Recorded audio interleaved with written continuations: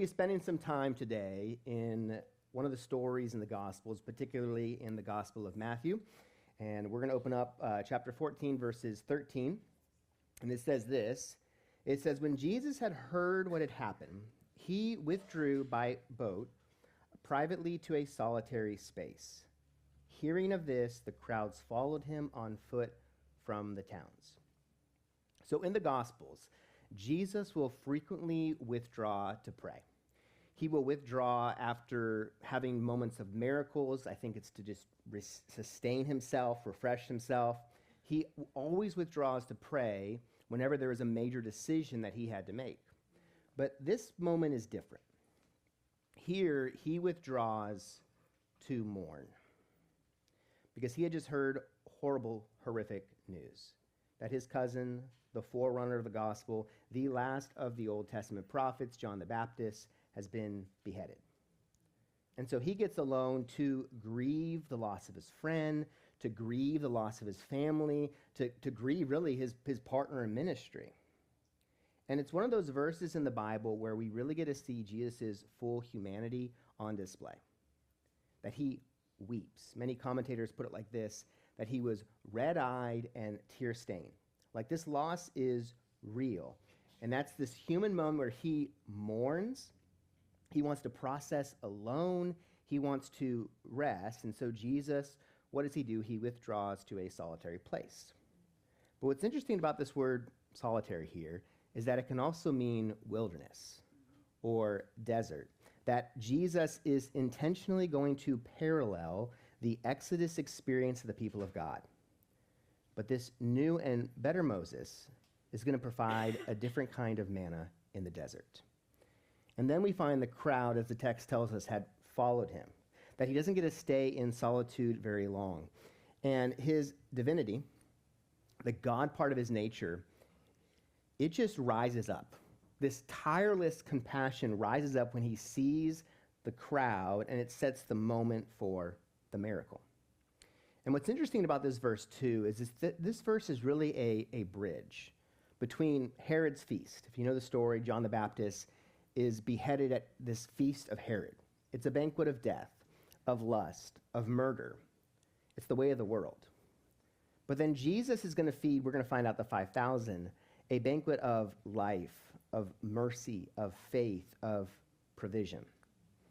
And then verse 14, it says, when Jesus landed and saw a large crowd, he had compassion on them and healed their sick. He had compassion. In the Greek, this word compassion is Splagchnizomai.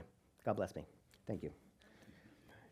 This word for compassion, it's a very interesting word. It's not typically how we would use the word compassion. It doesn't mean like, okay, they had a mild sense of pity. It is referring to this uncontrolled, visceral reaction, this gut-wrenching emotion. It's that emotion you have where it just took control of you. You didn't even know it was going to come out. That's what's happening right here. Now, think about that. Jesus is in a moment of just pain. One of the more painful moments he has experienced up to this point. But in loss, he sees the crowd and is so overwhelmed with compassion that he starts healing. That the exhaustion and grief of his humanity, it gives way to his divinity. In the ancient world, compassion was seen by Stoic thinkers and even Aristotle as a weakness. Aristotle said that some people are just natural-born slaves. But the scholar Craig Keener, he argues this, that Matthew, he uses this word very particularly to show that Jesus is the true shepherd of his people. And he is contrasting, this is what a good shepherd does. Not the cruel, indulgent Herod, but this is meant to be the true leader. And then in verse 15, the disciples come in. It says, as evening approached, the disciples came to him and said, this is a remote place. It's already getting late. Send the crowds away so they can go to the villages and find themselves some food. Now, in Jewish thought, at the time, there was this idea of two different evenings. So the first evening here, we find in verse 15, this is really like late afternoon. It's not total evening yet. In fact, Matthew will say later on, evening has come, meaning after sunset, it's dark. And I think this is important to note because there's a lot of different perspectives on the disciples' motives here. And sometimes I think we can give the disciples a wrong shake. The disciples, I think, right here, are genuinely being practical. They see the first evening arrive.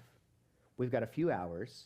So if they leave now, they can go back to the village, they can get food before the shops close, and it's pitch black. Like, that makes total sense. Like, if we're honest, we probably would have done the same thing. We're like, Jesus, I know you're caught up in rescuing people. It's beautiful. It is going to get dark soon, though, just so you know. So maybe we should go, send them out, maybe hit up Chipotle, tropical smoothie before it closes, just saying. And here's the thing. That fits into the way we think the world works. And I think the irony for the disciples, and often us as well, is that they were looking for a human solution. Leave soon, buy food. What they couldn't see was a divine prerogative. Even though, like 15 minutes ago, Jesus had healed the sick, a miracle, they couldn't connect his power to the practical need of physical hunger. And so Jesus, he replies, they do not need to go away. Notice this, you give them something to eat. Wow. In comedy, you have a setup and a punchline. In a good novel or a good movie, you have a setup and then you have a payoff. What's interesting about this is that up to this point, we have been described about the environment, the setting, Jesus' emotion, but Jesus hasn't said anything. This is the first thing Jesus says in this passage that we're looking at. He is exhausted. He is full of grief. His humanity was on full display. Then before the crowd, his divinity rises up. He's overwhelmed with passion. He's healing. He's caring for people. But now it's gotten late, and this is the first thing that we hear Jesus say. And it's an infinite jest. In Jewish mysticism, an infinite jest was the ecstatic joy found in paradox, like celebrating Purim, a day of potential destruction, as a festival. In Christian theology, this jest is a state of one's will just kind of uplifted, focused only on God rather than outcomes. And Jesus he converges both of these ideas into one. He essentially is daring the disciples. And if anything, I would say he was double dog daring the disciples. Because he knows there's 5 loaves, there's 2 fish. So he gives the disciples a command that, honestly, when you look at it, that's impossible. And when Jesus tells them, you give them something, he's not so much as shifting responsibility. The word you hear, it's an emphatic position. What he's really doing is he's preparing their heart for the miracle. Yes. He wants them to offer their ridiculously small resource to show what lavish abundance looks like. So he's shifting the burden of responsibility, but he's not casting it away. Because the disciples, here's what they saw. They saw a crowd. Well, eventually a crowd needs to be dismissed. But Jesus invites the disciples to see his people that need to be served. He doesn't say, I'll feed them. He says, you. And what Jesus is doing here is he's asking the disciples to confront their own hearts, their own inadequacies. It's not that he's expecting the disciples to have enough resources. That's not the point. He's expecting them to open their minds to divine possibility. That as they find themselves in this new wilderness, we're reminded of the first wilderness. Just as Moses couldn't provide meat for the Israelites in the desert by his own power, the disciples are being shown you are merely distributors of grace, you're not the source. All that's required is the faith of expectation. Because anything placed in God's hands is bigger than when it's in my hands. And so they respond and they say, we have here 5 loaves of bread and 2 fish. 5 loaves, 2 fish.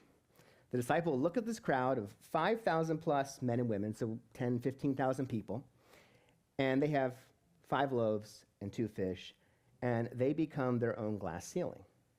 Jesus had just healed the sick 15 minutes ago. But when they're faced with a new problem, they revert back to an old mindset. And how true is that in our lives? That when God steps in and he flexes his divine muscle on our behalf, that when a new problem emerges, that's different, we suddenly go back to the security of worry. Yes. but anything placed in God's hands is bigger than when it's in our hands. And so the disciples here, they offer their complete resource to Jesus. And wow, they're thinking, oh, okay. Doesn't seem like enough for the task. Maybe he's going to cut them up really, really small. It is all Jesus needs for the miracle. He says, bring them here to me. And that 6-word command, that is the true litmus test of Christian discipleship. Because as long as the bread is in the disciples' hands, as long as that bread is in our hands, it's one kid's lunch. Now, if it's like my kids, it was probably a pretty big lunch. But once it's placed in Jesus' hands, it becomes a moment for a miracle. And notice the calm authority of Jesus. Unlike the disciples, he was never worried that the hour is late. He wasn't concerned. He didn't mention they were in a remote location. He is simply unbothered by the smallness of the resource. And Jesus here, he's asserting his role as the creator, saying, bring that meager meal to me, and I will let there be a miracle like you've never seen. But notice something different here compared to the Exodus story. When Moses and the people of God are in the desert, manna falls from the sky. But Jesus is going to make a major shift. He uses what the disciples provide. And don't miss that, because in Jesus' kingdom, he rarely works around his people. He almost always works through them and what they're willing to bring to him. Verse 19, it says, and he directed the people to sit down on the grass, taking the 5 loaves, 2 fish, looking up to heaven, he gave thanks and broke the loaves. Then he gave them to the disciples, and the disciples gave them to the people. Now notice the first 4 verbs in that second sentence. Took, blessed, broke, gave. Took, blessed, broke, gave. Those are the exact 4 verbs used later in the book of Matthew when Jesus institutes the sacrament of communion. See, Matthew is intentionally connecting this feeding miracle to the Eucharist, the Lord's Supper, communion. What we celebrate every single week here at the chapel is that visible sign of an invisible grace. And here, Jesus is providing the physical bread, but he is also beginning to reveal that he will be the bread of life. And so he tells them then to sit on the grass. Now, in the ancient world, when people had formal banquets, they would sit, they would recline. They didn't dust off the dining room table that currently has all your laundry on it, that you're telling yourself you're going to fold later on this afternoon. Sure, Jan. But they would recline. They would lean back. And Jesus is turning this desolate wilderness, this ordinary space, into his formal banquet hall. Oh, I guess it's true that the Good Shepherd makes me lie down in green pastures. And then he turns the miracle back to the disciples. He has them go around and feed the people. Now, Jesus could have done the miracle however he wanted. He didn't need the bread and loaves. He could have just said, boom, and the bread and loaves or bread and fish are in their hands. He could have had it raining down from heaven. In fact, either one of those options is really more efficient. Can you imagine feeding 5,000 people? Like, how do you even distribute that amongst 12? Like, how long would that take?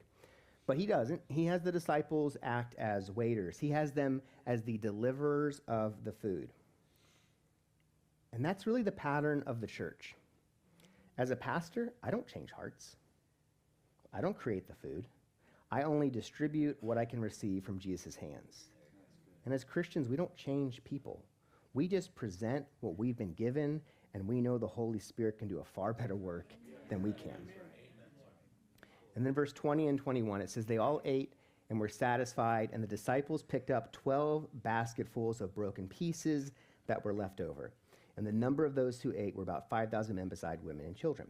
So a number of years ago, I took my staff to a Brazilian steakhouse. And if you ever know what a Brazilian steakhouse is, essentially is you get this little thing, green, red, stop, go. As long as it's green, they're going to keep bringing meat to you, essentially. And so one of my team members, I'm like, I haven't seen you eat all day.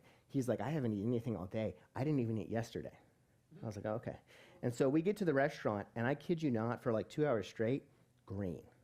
Wow. And he's smaller than I am. I'm like, I've never seen someone eat that amount of meat in such a short period of time. And that's what the word satisfied means here. Like this word that Matthew uses, it was originally, the context is the fattening of animals. And here's what that's telling us, that when God provides, he provides in abundance. In Jewish expectation of the coming Messiah, it was going to be marked by a number of different things. But one of the things that would mark it was a superabundance of food. That the miracle is a foretaste of the end times where hunger will one day be eliminated in the world. And then we come to the 12 baskets. And most scholars are divided on, does it mean the 12 tribes of Israel, the 12 disciples, or perhaps both? But notice how throughout this story, every single detail mattered. Every detail meant something. And that what seems small is always bigger when it's placed in God's hands. And so I want to spend the time that we have left looking at what it means to live big in our generosity from this story. Because you may have noticed there's a character we've left out. In fact, if you grew up in children's church and you had a flannel graph, there would have been a very important character, a little boy. And that wasn't left out by accident, but intentionality. The little boy is the one with the miracle in his hands. But he's not mentioned in the book of Matthew. He is mentioned in the book of John. John 6, 8 through 9, it says, another of his disciples, Andrew, Simon Peter's brother, spoke up, here is a boy with small barley loaves and 2 small fish, but how far will that go among so many? So imagine you're this boy. We don't know what age he is, but you've heard about this Messiah, Jesus. You see a crowd gathering, and probably like a little boy, you just kind of jump in. You know, you're like, your mom already packed your lunch, so you're like, I'm good to go for a little bit, and you jump in and you're following. You're sitting with the crowd, you're watching the miracles, and you probably haven't eaten anything because you realize, well, no one else is eating. No one else thought to bring anything. Thank God for moms. And then the disciples are coming around, right? And they're asking, what do you have? I don't got anything. What do you have? I don't got anything. But they come to this boy, and he gives them all that he has. That's it. If you want to live big in generosity, give what you have. Because it's easy to think about. We like to think about generosity in future terms. The way I want to be, I imagine myself being generous if I just had X, Y, Z. And I'll make this really personal for myself. I would like to someday, I would like to build a park just for special needs children. Someday. Now, I'm not saying that for that's not why I said that. I can't do that now. Now, I can see things that are being placed in my steps that I will be able to, but I can't do that right now. And it'd be very easy to get caught up in the future way that I want to be generous in my life. And when I do that, I miss out on how I can be generous today. Wow. So let's go back to that boy. The boy was willing. He didn't have to show the food he had. He was like, no one else has food. It's a long journey back. I'm only a child. But even as a boy, he knew that's bigger in God's hands than my hands. Second, the boy was present. He didn't have to go. He didn't have to travel. He didn't have to go hear this Messiah, but he showed up. And then third, the boy gave what he had. And no matter where you are in life, no matter how many zeros you have in your checking account, there is bread and fish where you can live big. And I want to show you four ways. The first, and it's the obvious one, like some of you can give money. Like some of you can give money in small ways. Some of you give money and you support the work of the chapel. That's awesome. Some of you have people that depend on you that you're providing for. If you're a parent, thank you. Like there's so many different ways that we can give. And some of you have the ability to make an insane amount of money. Great. Do that. And then find a need that you can just sink your teeth into. It doesn't have to be the chapel. What is something that God has broken your heart for? And throw as much as you can at that. Make an impact. But for a lot of us, we're thinking, well, you mentioned zeros in my checking account. What are zeros? That's not the only way that we can give. In fact, it probably isn't for the majority of us the most common way that we can give. Because some of you can give your time. Now, that's not me. Like, I wish I could, on a Monday morning, set up office hours at a coffee shop for anyone from the chapel to come talk about God and theology. I can't. That's not something I can do right now. Now, Chris and I, we've had the opportunity that we are able to give money and provide in a lot of different ways. We can do that. But time is not something I currently have. But for some of you, you do. And you can do incredible things with your time, but if we're so caught up in, I want to be the one who pays off someone's house, then we're going to miss out the moments God has around us. Some of you, what you can give is encouragement. And I don't mean unsolicited advice. But some of you, you've heard the country song, when you're going through hell, just keep going. And you think to yourself, how did they write that about my life? That you can come along someone who's not as far down the road, and you can go, I know it feels like you're going through hell, and you don't see how you're going to get out of it, but you will. And you can say, you will, because you got the burn marks. Wow. Wow. And then some of you can give of your talent. Yep. Some of you have some incredible talent in here, whether that is teaching someone how to play piano, whether that is teaching someone how to change oil in a car. Maybe you know how to code, how to invest, how to make a killer sourdough. Like, some of you are masters at things. Some of you, maybe you're retired, but you were, incredible at your job. To be able to offer that to someone who could never afford it. Right. To be able to give skills that they could never find anywhere else. Amen. What an incredible way to live generously. And so find that for yourself. If it's money, great. Ask God, what is it that my heart breaks for? There's a great quote by a pastor and writer. His name was Frederick Buechner. And he said that if you want to know what your calling is in life, it's where your great burden meets the world's great need. And so what is that? Your heart doesn't break for everything, but there probably is something. And if you can give of your time, that's incredible. It's saying, God, that's a space I can enter into. What would it look like for me this week and this year to live generously into my time? For others, it's the pain that you've had to walk through. And it's just simply saying, Holy Spirit, I've gone through this. Who can I help? Who can I encourage today? Amen. And then talent. It's getting over the vision that, well, no one really wants me to help them with this, even though I did it for 30 years. Right. I think you'd probably be surprised the things that you have in your hand, but you've got to be willing to place it in God's.